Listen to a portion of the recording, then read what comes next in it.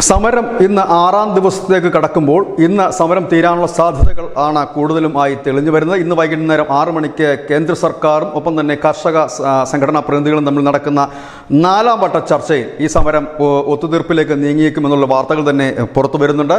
ഇതിൽ പ്രധാനപ്പെട്ടത് ഒരു ഉന്നതതല സമിതി സർക്കാർ രൂപീകരിക്കും എന്നുള്ള കാര്യത്തിൽ കർഷക സംഘടനാ നേതാക്കളുമായി അൺഒഫീഷ്യലായി നടത്തിയ ചർച്ചയിൽ ഒരു തീരുമാനമായതായിട്ടാണ് പുറത്തുവരുന്ന വിവരം. ഇതിൽ 6 അംഗങ്ങൾ ഉണ്ടാകും.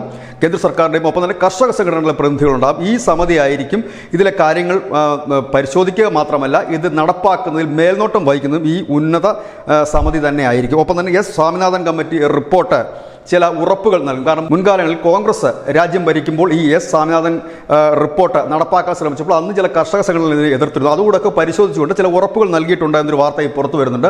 ഇതിനെ ചില കർഷക സംഘടനകൾ സ്വാഗതം ചെയ്തിട്ടുകൊണ്ട് മുൻപോട്ട് വന്നിട്ടുണ്ട്.